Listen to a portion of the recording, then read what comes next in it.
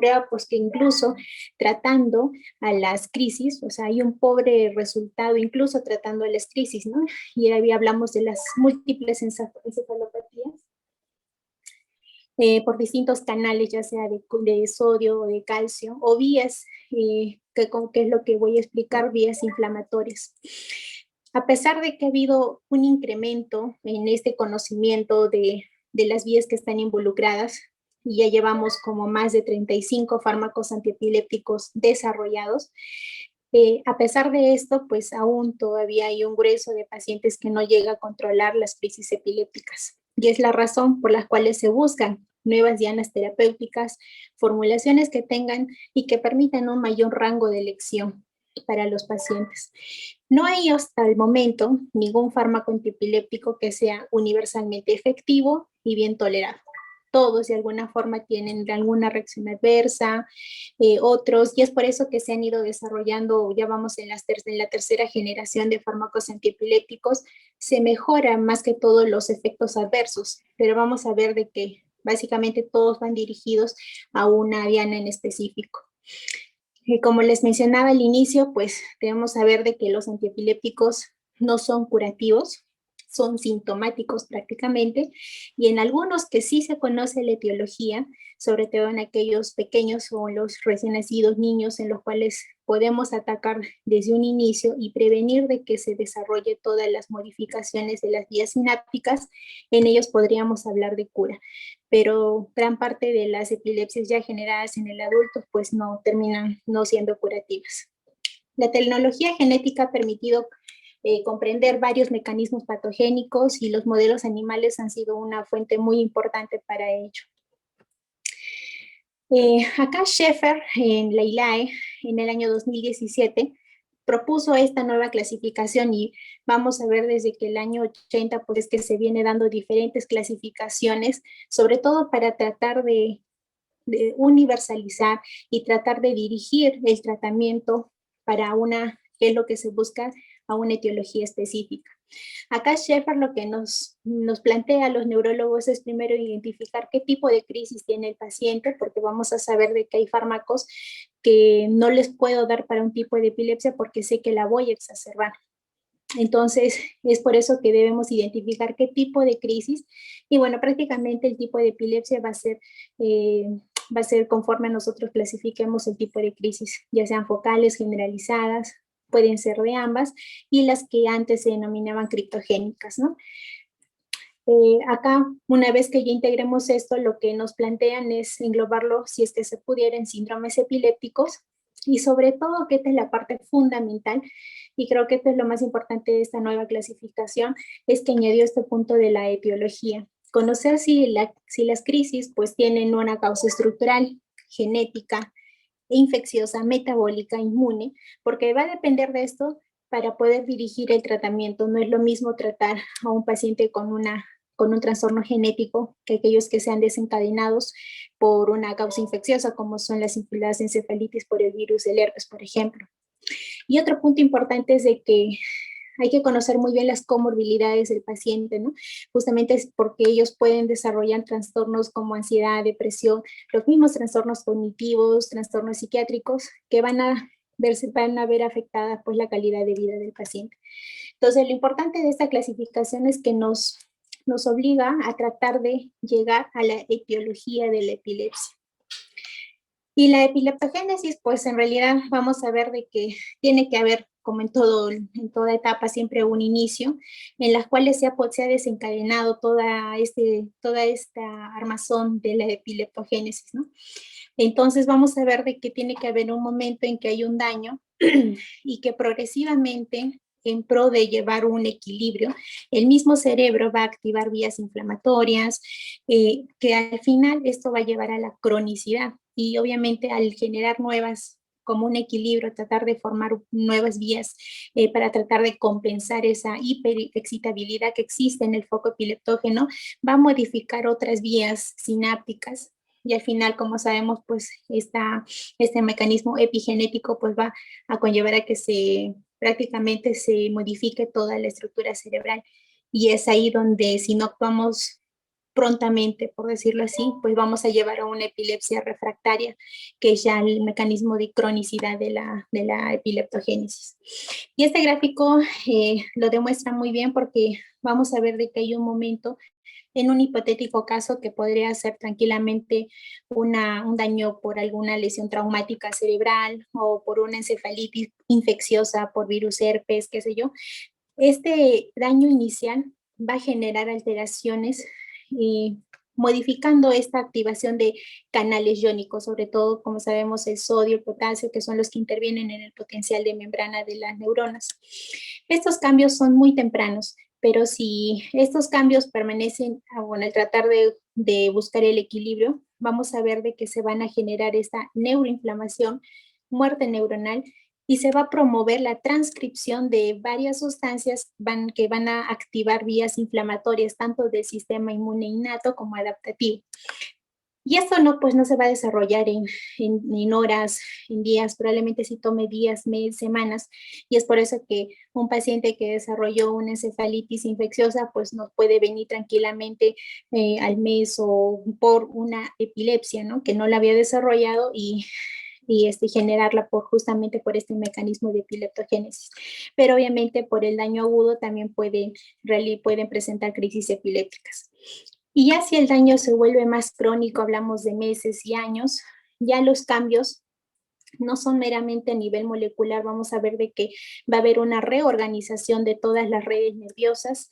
Ya sabemos que el cerebro se comunica a través de redes córticos subcorticales, neocorticales, que puede involucrar tanto desde el lóbulo occipital hasta el lóbulo frontal, vías que involucran desde el tálamo hasta la corteza prefrontal.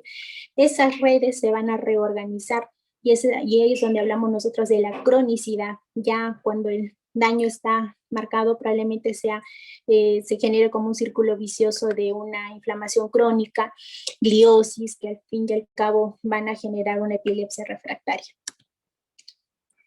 Pues entonces, las terapéuticas han ido dirigidas a buscar justamente cuál es el fármaco ideal para el tipo de epilepsia, ¿no?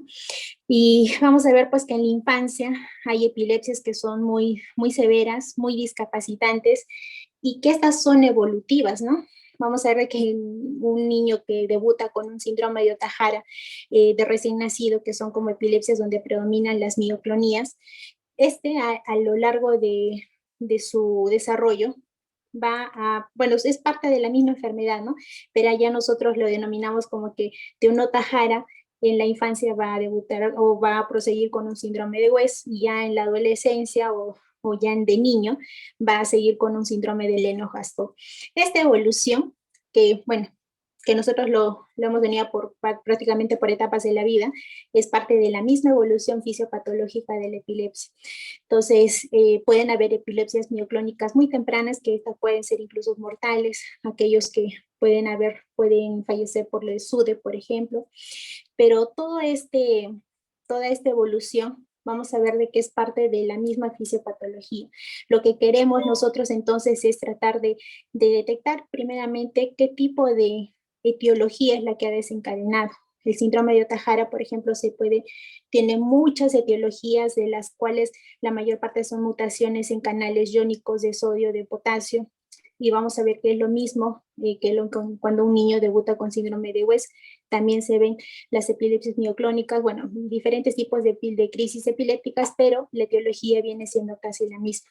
Entonces, mientras más temprano, que sería ese el fármaco ideal, ¿no? Para poder prevenir que se desarrolle todo el cambio de redes nerviosas, que es lo que mencioné en adelante. Y esto es lo que nosotros conocemos clásicamente, que son los mecanismos de acción de los fármacos antiepilépticos. Estos van dirigidos, como ustedes ven, a tratar de disminuir la excitabilidad neuronal, esta hipersincronía de las redes nerviosas que se desarrolla cuando se producen las crisis epilépticas o las crisis espontáneas. Esto es lo que nosotros conocemos, este es el mecanismo sintomático, porque no atacamos a la etiología, solo tratamos de disminuir en lo que se pueda la frecuencia de las crisis, el número de crisis, no atacamos la etiología. Y acá están todos los medicamentos que nosotros conocemos, pues vamos a hablar de aquellos que van específicamente sobre canales de calcio, sobre canales de sodio, sobre canales de calcio, aquellos que van sobre el sistema GABA, sobre receptores ionotrópicos como el AMPA cainato, aquellos que modulan la liberación de neurotransmisores, y vamos a ver de que todos estos fármacos van a potenciar la sinapsis inhibitoria o van a reducir la sinapsis excitatoria. Esto es lo que nosotros clásicamente conocemos y los fármacos según el año en que se han ido desarrollando, que han ido básicamente a atacar a las dianas o a sumar diferentes dianas terapéuticas, pero reduciendo sus efectos adversos. Y ahí están las 3 generaciones de los medicamentos desde 1912, por ejemplo, que ya se descubrió con el fenobarbital, y vamos a los de la 3.ª generación que han reducido sus efectos adversos, pero siguen yendo sobre las mismas dianas terapéuticas. Y bueno, esto es acá es prácticamente lo mismo. Vemos como algunos se han, prácticamente, por ejemplo, el levetiracetam y el brivaracetam actúan básicamente sobre las vesículas sinápticas de tipo 2A para la liberación de los neurotransmisores. Prácticamente van sobre la misma diana, solamente que tienen mejores o menores efectos adversos. Ya cuando el mecanismo de epileptogénesis se torna muy crónica, he mencionado que se reorganiza prácticamente todas las redes nerviosas, las células que están involucradas en estos mecanismos ya de refractariedad de la epilepsia, pues está involucrada tanto el astrocito como la neurona, como las células de la glía, que vendría a ser la microglía, y las células endoteliales, porque hay que recordar de que la barrera hematoencefálica de modelos animales se ha visto de que hay una disrupción, una ruptura de la barrera hematoencefálica en aquellos pacientes con epilepsia refractaria. Ya el tema que me compete en especial, pues vamos a ver de que lo que tratamos de saber es si la inmunidad es previa, esta neuroinflamación es previa al desarrollo de la epilepsia, o hablando de la epilepsia refractaria, o es que el mecanismo ya cuando se da la epileptogénesis genera este mecanismo de neuroinflamación. Esto es lo que se trata de estudiar en realidad, porque si es lo primero que uno genera al otro, entonces mientras más pronto se ataque a través de moléculas o a través de medicamentos antiinflamatorios, pues podríamos prevenir todo el desarrollo de esta neuroinflamación. Entonces, este rol neuromodulatorio de la inflamación se da tanto en aquellas lesiones muy agudas, que es lo que proponía, por ejemplo, cuando hay lesiones traumáticas, en la cual hay una activación y liberación de mediadores inflamatorios como en cualquier este mecanismo inflamatorio que nosotros conocemos muy bien de pregrado, o ya los mecanismos de cronicidad, donde ya se exacerba y hay una sobreproducción de citoquinas y otros mediadores inflamatorios. Y bueno, según esto, pues se ha ido estudiando en distintos modelos animales, tanto por ejemplo en epilepsias del lóbulo temporal, en complejo de esclerosis tuberosa, en las displasias corticales focales, se ha podido investigar en estos modelos este tipo de neuroinflamación, ¿sí? Tratando de atacar a estas dianas terapéuticas, se pueden modificar las crisis, la frecuencia de las crisis o la duración de las mismas. Y bueno, se han encontrado, y se ha propuesto, mejor dicho, tratar de encontrar aquellos biomarcadores que me predijan que esta epilepsia tiene mayor componente neuroinflamatorio y que podría ayudar en este caso atacar a estas dianas terapéuticas. Entonces, al momento todavía no tenemos específicamente que decir tal marcador me propone esto, pero es lo que se viene estudiando. Marcadores diferentes, tanto en aquellas epilepsias que están controladas como aquellas epilepsias refractarias, se han encontrado, por ejemplo, atacando aquellos receptores de la interleuquina 1, anticuerpos monoclonales que van dirigidos hacia el interleuquina 1 beta, o los mismos que se vienen utilizando, por ejemplo, o que se postuló, por ejemplo, para el tratamiento del COVID, ¿no? Sobre todo por estas citoquinas inflamatorias como es la interleuquina 6. Ya hablamos del tocilizumab. Entonces, el primer mecanismo que se estudió, bueno, el que se ha descrito, por ejemplo, es de la inmunidad innata, y acá hablamos de los modelos tanto de la epilepsia del lóbulo temporal, como aquellas epilepsias o que pueden involucrar displasias corticofocales o epilepsias neocorticales. Acá básicamente lo que se ha encontrado son estas cuatro mediadores inflamatorios, como es la interleuquina 1 beta, la interleuquina 6, el factor de necrosis tumoral, y este complejo proteico que se le llama las anfoterinas, que es el HMGB1. Estos cuatro mediadores son los que se han visto involucrados en estos modelos animales en este tipo de epilepsias, ¿no? Como es la epilepsia del lóbulo temporal. También se han encontrado moléculas inflamatorias como son la ciclooxigenasa 2, la prostaglandinas, el sistema de complemento y los inmunoproteasomas. Los generadores de estos mediadores inflamatorios, como conocemos estas tres células que siempre van a estar presentes cuando hay un proceso inflamatorio nervioso, pues son los astrocitos, la microglía, las neuronas y las células endoteliales. Estas células van a permitir de que cuando se desarrolle este mecanismo inflamatorio, se van a ver también involucrados mecanismos nucleares que van a favorecer la transcripción de estos mediadores inflamatorios como son las interleuquinas y a través de la presencia de estos inflamosomas. Como comprenderán, pues en todo mecanismo neuroinflamatorio va a haber una disrupción o una discontinuidad de la barrera hematoencefálica, y eso sobre todo se ha visto en modelos que desarrollan crisis, por ejemplo, epilepsias que tengan que ver con crisis febriles como el FIRES, que son estatus epilépticos secundario a una infección febril, o las crisis febriles como lo pongo aquí en la diapositiva. Y esto se ha podido evidenciar de que hay una ruptura de la barrera hematoencefálica, puesto que se ha encontrado la albúmina en el sistema nervioso central, luego de un estatus epiléptico. Y hay una relación entre el número de crisis y la extensión de la ruptura de la barrera hematoencefálica. Lo que se ha visto en modelos post-mortem, por ejemplo, es que al momento de marcar, por ejemplo, para la interleuquina 1 beta hay una marcada expresión de esta, la misma microglía está hiperactivada, los astrocitos se encuentran muy hipertrofiados, hay una abundante inflamación perivascular y esto se ve evidenciado al marcar el CD3.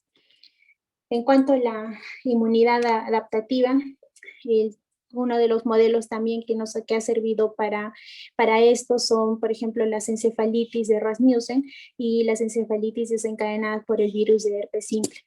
En este caso, por ejemplo, la encefalitis de Rasmussen es un modelo muy interesante porque prácticamente un hemisferio es el que está desencadenando la respuesta inflamatoria y la que genera las crisis epilépticas.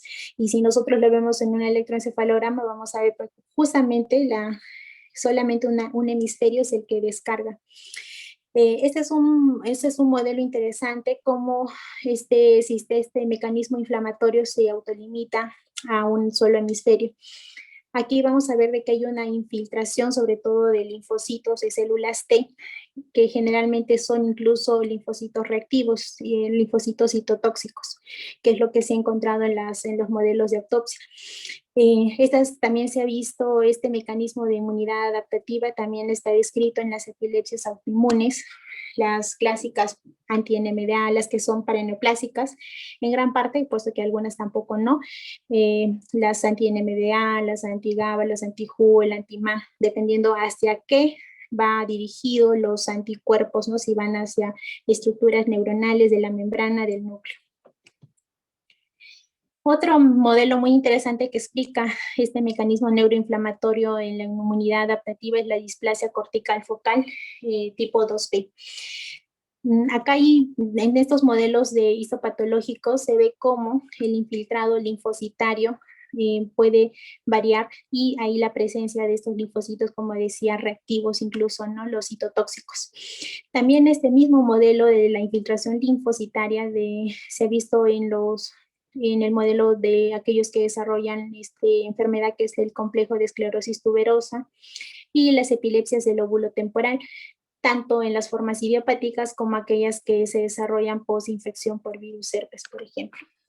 Esta infiltración linfocitaria incluso se ha visto, por ejemplo, en ese complejo de esclerosis tuberosa en el cual hay la presencia de estas células loboides, como los linfocitos T la reconocen como extraña y la rodean, ¿no? Entonces eso también nos sugiere de que esta inmunidad adaptativa reacciona a este tipo de células dismórficas.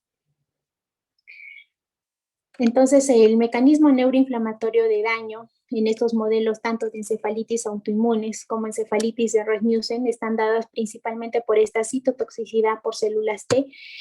Como dije bien, son células T citotóxicas. La activación tanto de estas células, como hablé de la microglía, hay nódulos microgliales que se forman, van a llevar, mientras más crónico sea, a una astrogliosis. Esta neurodegeneración y la pérdida de astrocitos, sobre todo los astrocitos, puesto que ellos son los que mantienen la homeostasis entre el GABA y el glutamato, que conocemos que son neurotransmisores inhibitorios excitatorios. Si se pierde esta homeostasis, pues vamos a generar uno, que sea una refractariedad a la epilepsia, o que generen crisis espontáneas, ¿no? Entonces, acá estos son modelos clásicos en los cuales podemos demostrar que la inflamación puede preceder a la generación de crisis epilépticas. Incluso hay modelos también en donde se utilizan resonancias magnéticas y funcionales, donde el foco inflamatorio vamos a ver que es muy diferente al foco epileptógeno. Entonces podemos ver esta diferencia clara. Incluso cuando se da el tratamiento con tacrolimus, vamos a ver de que mejora la funcionalidad, o sea, por decir que disminuye la inflamación, pero no ataca el foco epileptógeno, puesto que siguen las crisis. Este es otro modelo en el cual es la epilepsia postraumática, en las cuales vamos a ver cómo el mecanismo neuroinflamatorio es el punto de inicio que va a facilitar la hiperexcitabilidad espontánea y las crisis recurrentes. Prácticamente a las horas de que se ocurre la injuria o el daño cerebral, lo primero que va a haber este mecanismo neuroinflamatorio va a ser la liberación de citoquinas, quimioquinas, la activación de la microglía, la activación también de que se produzcan más mediadores inflamatorios a través de los factores de transcripción nucleares, y la ruptura obviamente de la barrera hematoencefálica. Y mientras va pasando los días y las semanas, este mecanismo neuroinflamatorio va a llevar a una neuroplasticidad, neurogénesis, probablemente de neuronas que sean disfuncionales, y secundariamente un mecanismo neurodegenerativo. Al formarse ya este foco epileptógeno, que puede traducirse por esclerosis del hipocampo, la activación de las células gliales, donde hay una pérdida de las células piramidales, va a generar estas crisis recurrentes espontáneas. Este es un modelo muy clásico donde la neuroinflamación precede a esta generación de foco epileptógeno. Cada crisis epiléptica, mientras se produzca, va a exacerbar toda esta vía inflamatoria que se ha ido desarrollando. Es como que decir que va a potenciar estos mecanismos inflamatorios. Y cómo responden va a ser justamente un círculo vicioso, incrementando más mediadores inflamatorios. La reorganización entonces se va a dar a nivel funcional, y obviamente va a alterar la conectividad de las redes neocorticales, transcorticales, corticotalámicas, córtico-subcorticales. Este modelo también donde está involucrado tanto la inmunidad innata como la inmunidad adaptativa, que es el complejo de esclerosis tuberosa, que es una enfermedad muy sistémica en realidad, pero acá hay una parte donde se explica muy bien lo que es estas proteínas de alta movilidad, que es el HMGB1, donde hay una translocación de su ubicación en el núcleo, hay una translocación a su ubicación en el citoplasma. Para que haya esta translocación, esta proteína, mejor dicho, necesita una hiperacetilación. Y esto es favorecido justamente cuando hay un proceso o un daño neuronal, y puede ser esta lesión por esta mutación del gen de la tuberina o de la martina que se produce en el complejo de la esclerosis tuberosa. Entonces, esta molécula, que es el HMGB1, que es una de varias que está involucrada en este complejo de esclerosis tuberosa, vamos a ver de que cuando ya se transloca el citoplasma y al espacio extracelular, a través de las moléculas o las especies reactivas de oxígeno, va a favorecer de que se forme esta molécula que es en su forma disulfido.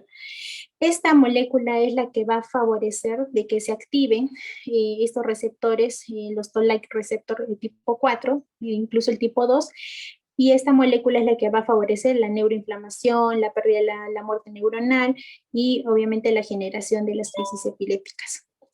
Este mecanismo, como todos ya hemos dicho, va a favorecer la ruptura de la barrera hematoencefálica. En esta imagen, por ejemplo, acá vamos a ver cómo hay qué es lo que compete la esclerosis tuberosa, la mutación de estos genes, la mutación del complejo de la esclerosis tuberosa, tanto el 1 como el 2, que codifican a las proteínas tuberina y amarina, y estas moléculas van a generar de que haya una hiperactivación de esta molécula que es el mTOR1, gracias a que se ha conocido este mecanismo etiológico, es de que se ha ido dirigido el tratamiento hacia el origen de la enfermedad. Justamente los medicamentos como el everolimus y el sirolimus, que inhiben a esta molécula que genera la hiperactivación por la mutación de estos genes, va a impedir, y como les dije, es una enfermedad sistémica, no solamente que se reduzca el número de crisis, sino también a las otras, por ejemplo, estas causan una hipertrofia de las células, una multiplicidad generando los tubers corticales o los tumores, ¿no? que son sistémicos. Entonces, esta activación de esta vía del mTOR está también involucrada con la mayor expresión, la mayor activación de otros mediadores inflamatorios, como los complejos mayores de histocompatibilidad 1 y 2, los Toll-like receptor 2 y 4, y también el aumento de la expresión de la actividad del RAGI. Esto va a llevar a consecuencia, pues, de que estos mediadores inflamatorios entren al círculo vicioso y generen mayores factores transcripcionales que aumenten más estos mediadores. Entonces aquí vemos de que la inflamación no solo es la consecuencia, probablemente como en este caso lo explica, sea el origen. Y la ruptura de la barrera hematoencefálica justamente va a causar esta mayor infiltración de células inflamatorias. Bueno, estos son los mecanismos por los cuales también se han postulado de que hay esta unión o este papel de la inflamación en la epilepsia, porque hay una reducción de la interleuquina, perdón, hay un aumento de la interleuquina 1 beta, incluso el ratio del receptor con la interleuquina 1 beta está disminuido en aquellos pacientes con displasias corticofocales, crisis febriles y los síndromes epilépticos secundarios a una infección. Esta molécula CD59 también está que regula el complemento para prevenir que se forme el complejo de ataque de membrana, también está disminuido y esto se ha visto en epilepsias del lóbulo temporal. Asimismo, también se ha visto que hay una disminución de las moléculas de adhesión de tipo 5 y proteínas antiinflamatorias séricas que se expresan solamente en el sistema nervioso central, pues se ha visto que en controles séricos hay la presencia de las mismas. También se ha visto que la expresión de esta molécula, que es el ATF3, se correlaciona inversamente con la expresión del Toll-like receptor tipo 4, que es lo que mencioné anteriormente, el generador de la neuroinflamación y por tanto la hiperexcitabilidad neuronal. Entonces tenemos que postular estos 4 puntos, ¿no? De que probablemente el mecanismo de neuroinflamación sea el origen o sea un mediador prácticamente ante esta ineficiencia de los mecanismos antiinflamatorios y que genere las crisis epilépticas. Otro postulado es tratar de encontrar estos biomarcadores que me predigan esto, encontrar vías inflamatorias comunes en diferentes tipos de epilepsia, porque vemos que tiene ahí diferentes etiologías para ampliar el rango de intervención terapéutica, o que este mismo mecanismo neuroinflamatorio que predomine permita que se vuelva refractaria la epilepsia. Estos mecanismos o vías de señalización que ya les he mencionado, donde interviene el interleuquina 1 a través del Toll-like receptor tipo 4, se ha visto también en aquellos, al inhibir la ciclooxigenasa 2 que interviene en la producción de prostaglandinas, podría ser útil en disminuir el número de crisis y el estatus epilépticos. Pero acá viene que también si se da muy temprano podría exacerbar las crisis. Entonces hay que encontrar el momento oportuno para atacar a este tipo de, para poder añadir este tipo de bloqueo para la ciclooxigenasa 2. El estrés oxidativo que interviene en este mecanismo neuroinflamatorio también va a inducir justamente la mayor generación de estos mediadores inflamatorios, sobre todo va a activar este inflamosoma que es el NLRP3. Y por último, bueno, acá vemos que la alteración de la barrera hematoencefálica va a producir una mayor activación del receptor de factor de crecimiento transformante beta en astrocitos perivasculares por esta ruptura de la barrera hematoencefálica. Y esto va a llevar a una disregulación de los canales de potasio, angiocoporina 4, transportadores de glutamato, y se va a ver alterada esta homeostasis entre la inhibición y la excitación.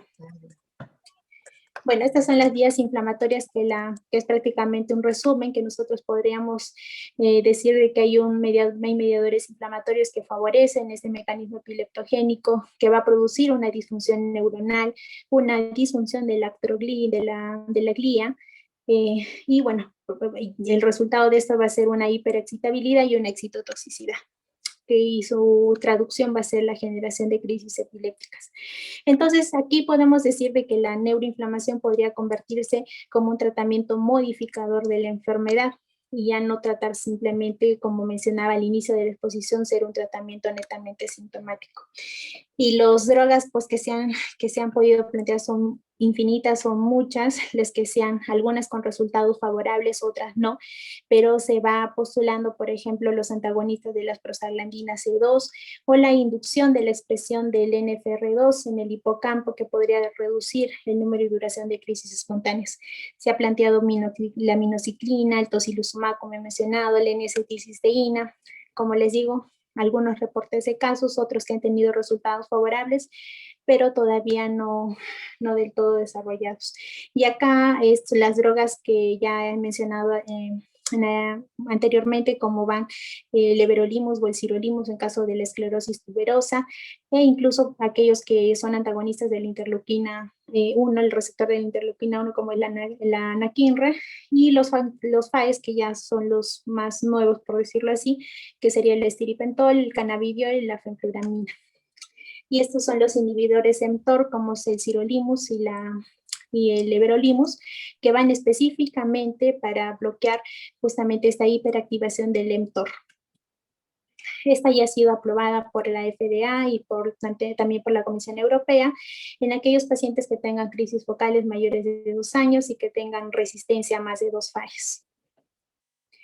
Y este es el mecanismo del everolimus, donde al producirse una hiperactivación de este mecanismo mTOR, se va a ver, y al bloquearlo el everolimus, pues va a reducir todo el mecanismo que ya había explicado neuroinflamatorio y obviamente toda las redes, tratar de modificar estas redes que no se vuelvan muy hiperrefractarias al tratamiento.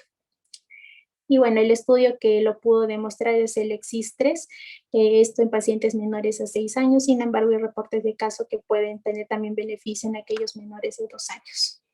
Hay también fármacos que van dirigidos, también son modelos todavía no bien desarrollados, sobre canales de sodio y sobre todo este tipo de encefalopatías.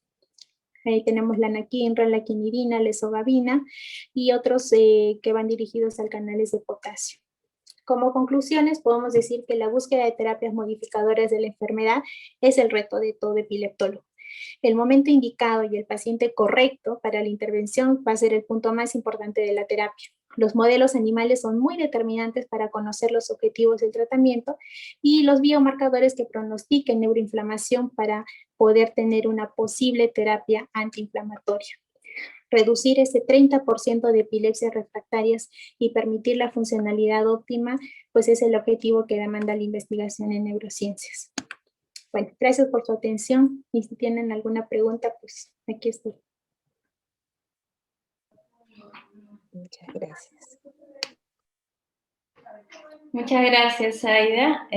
Muy interesante la ponencia. Y ahora pasamos con las preguntas. Hay varias preguntas, hay que tratar de hacerlo un poco conciso para terminar a tiempo.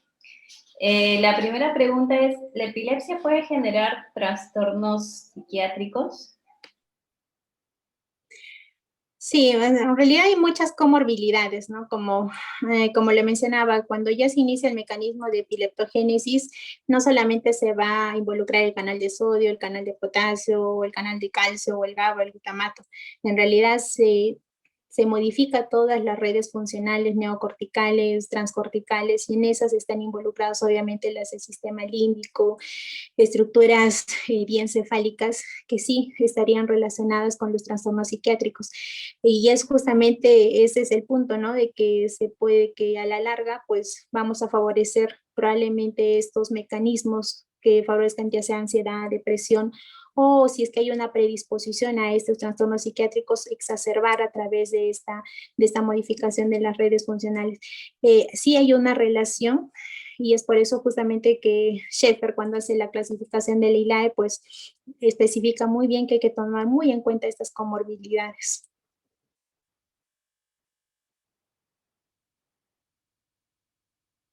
Muy bien. En los casos de los niños, ¿la epilepsia puede causar problemas de aprendizaje? Sí, de todas maneras, ¿no? Como mencionaba cuando decía yo acerca del fármaco ideal, pues el fármaco ideal debe ser el que se dé cuanto antes, ¿no? O sea, es el que se dé lo más temprano posible. Acá hay algunas relaciones, por ejemplo, el trastornos de espectro, el TEA, ¿no? Trastornos del espectro autista, el trastorno de hiperactividad, incluso aquellos pacientes que tengan algún problema cognitivo, que que puedan tener un mecanismo probablemente independiente, pero ya al tener la epilepsia, pueden este mecanismo predisponente pues tornarlas a la epilepsia es más difícil de controlarlas o incluso poder potenciar al mismo mecanismo de trastorno de hiperactividad o el TEA, ¿no? Sí, sí, sí tienen relación, pero relaciones directas no pueden potenciarlas tanto estas comorbilidades o estas a la misma epilepsia.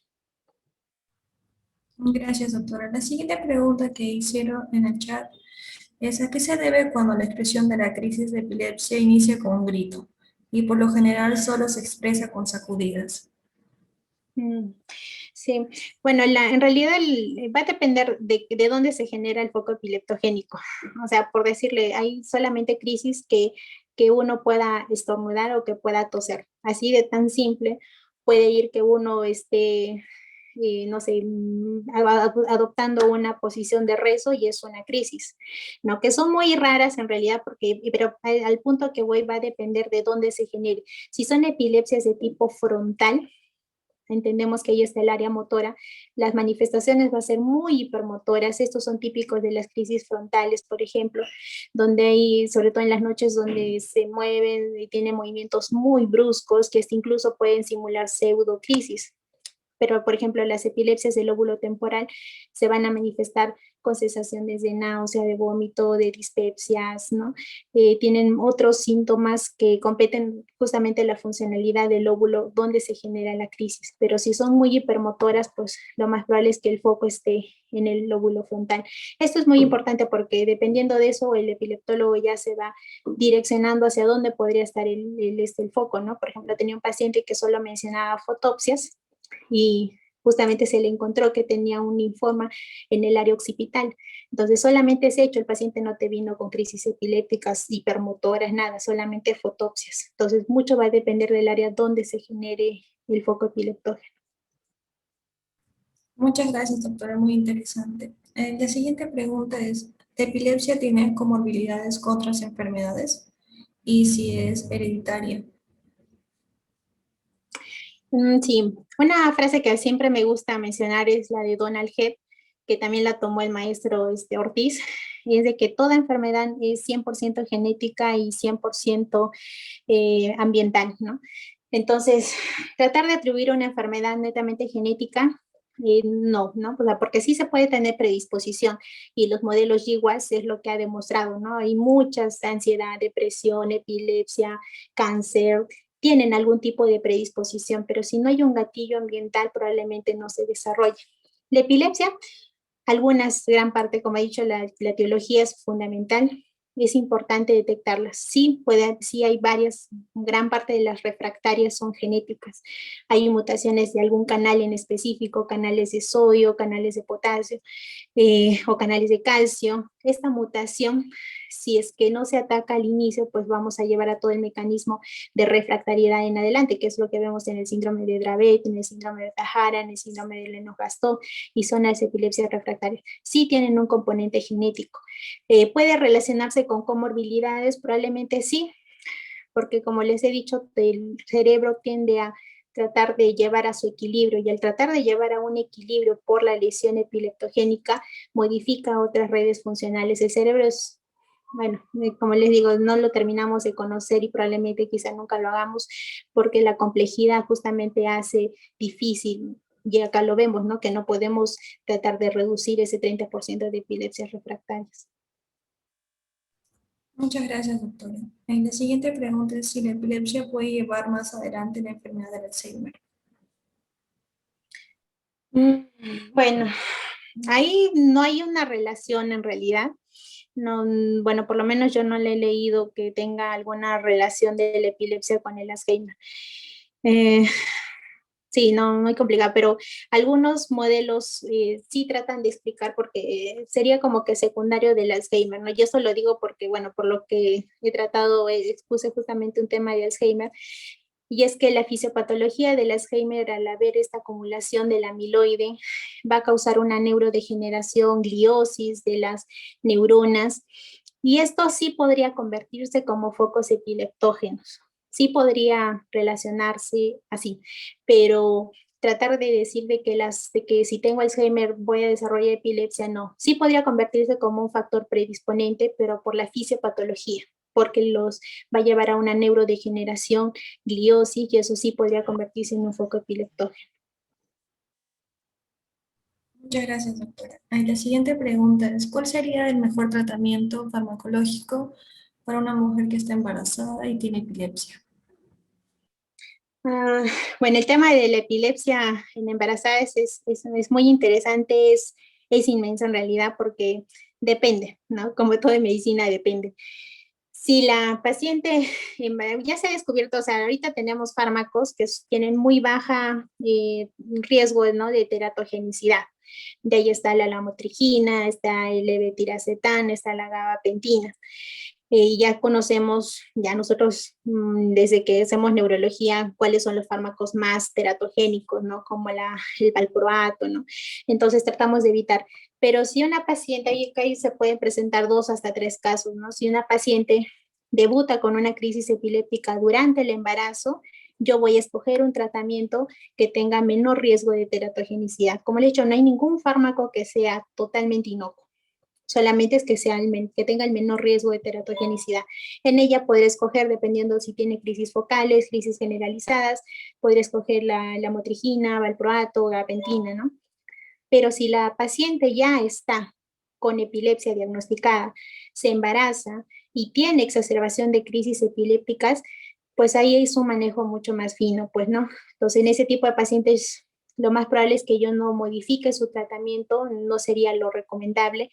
Ahí, si es que está tomando, por ejemplo, el más teratogénico valproato, puedo ir controlando y tenerlo en una dosis donde me permita, por lo menos las 8 primeras semanas donde se desarrolla el feto, pues me permita no tenga ese riesgo, ¿no? Entonces se le mantiene en una dosis de 400, 800 y ya la voy controlando, o le doy progesterona, pero ahí es un manejo mucho más, mucho más fino, ¿no? Pero como les digo, va a depender de qué tipo de paciente estamos hablando, pero en general, cuando el paciente ya tiene epilepsia, no se modifica el tratamiento, bueno, salvo que sea muy necesario, ¿no?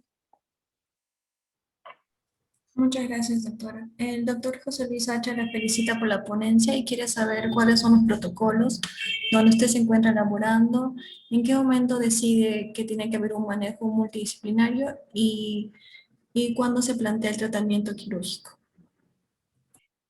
Bueno, sí, yo estoy ahorita laborando en el Instituto de Nutrición. Yo específicamente estoy haciendo neurofisiología, veo todo lo que es el área de electroencefalograma, video electroencefalograma, y bueno, todo lo que es neuroconducción, ¿no? Velocidades potenciales. En los casos de los pacientes tenemos un epileptólogo, que es el doctor Sentíes, pues es el que maneja a todos los pacientes con epilepsia y también epilepsia refractaria. El protocolo generalmente es pacientes en consulta que los ve específicamente, ya vienen filtrados los pacientes con epilepsia refractaria con el doctor Sentíes, y ellos primero nos lo pasan a nosotros, y ya si hay sospecha de epilepsia refractaria va de frente a video electroencefalograma, hasta que desarrolle la suficiente cantidad de crisis como para que nosotros podamos tratar de definir un foco en específico. Ya cuando el paciente se tiene alguna, por lo menos se tiene que sea en el área frontal o en el área temporal mesial, neocortical, ya se tiene en específico, ya pasa al siguiente protocolo, que vendría a ser ya el protocolo para cirugía de epilepsia. Y ahí va a depender mucho, pues, ¿no? Si es que ya has identificado el foco, el estudio de imagen también favorece, el PET, la resonancia magnética, todo me dice que es el mismo foco, pues va de frente a cirugía. Pero si hay una discordancia entre la resonancia, entre lo que dice el PET, y de pronto el electro dice que no es del lado izquierdo, es del frontal derecho, pues entonces ahí lo que se procede es hacer la colocación de electrodos sudurales.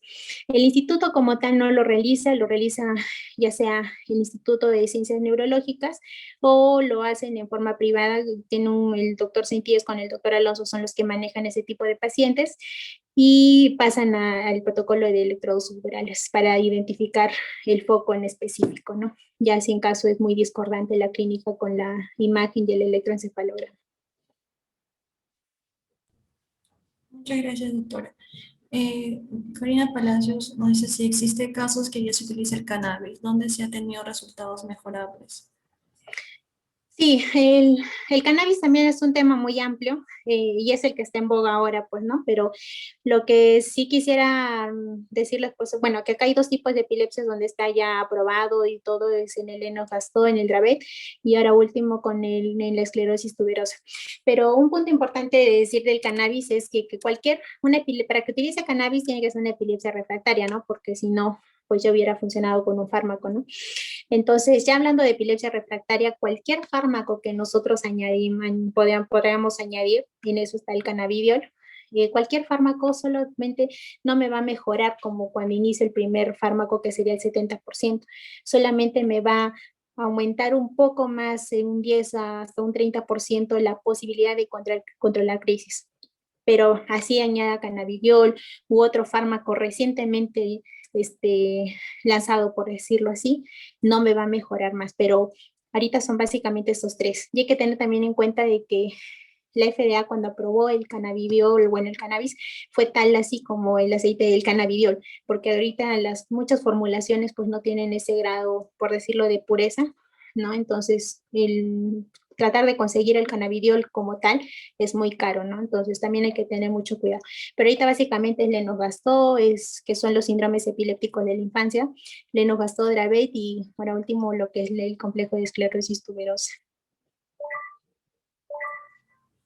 Muchas gracias, doctora. Esta sería la última pregunta que se va a hacer por el tiempo. Se sabe que los receptores de cannabinoides se encuentran ampliamente distribuidos. ¿Se conocen los mecanismos por los que actúa? No, bueno, se plantea en realidad, pero el mecanismo no se conoce, ¿no? Y eso se ha tratado bueno, de ahí, por ahí que podría potenciar, ¿no? El efecto GABA, ¿no? Pero así tal cual no se conoce, y es incluso, por ejemplo, por eso es de que los efectos adversos también pueden ser muy deleterios, pues, ¿no? Sobre todo cuando no se utiliza la fórmula exacta por la cual la FDA lo aprobó, pero el mecanismo exacto no se conoce. Muchas gracias, doctora. Gracias, doctora. Damos por concluida ya la ponencia.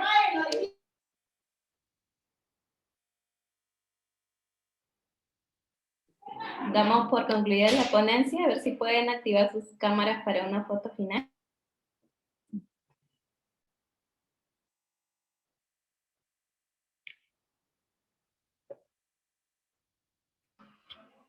Zaida, a ver si dejamos de compartir para... Ah, ya, perdón. Espérame. Ay. ¿Lista? Sí, ¿no? Ya, va. Sí, perfecto. Entonces, muchas gracias, Aida. ¿Algunas palabras finales? No, bueno, agradecerles, espero que haya podido llevar un poquito de lo que puedo, lo que estoy aprendiendo en realidad.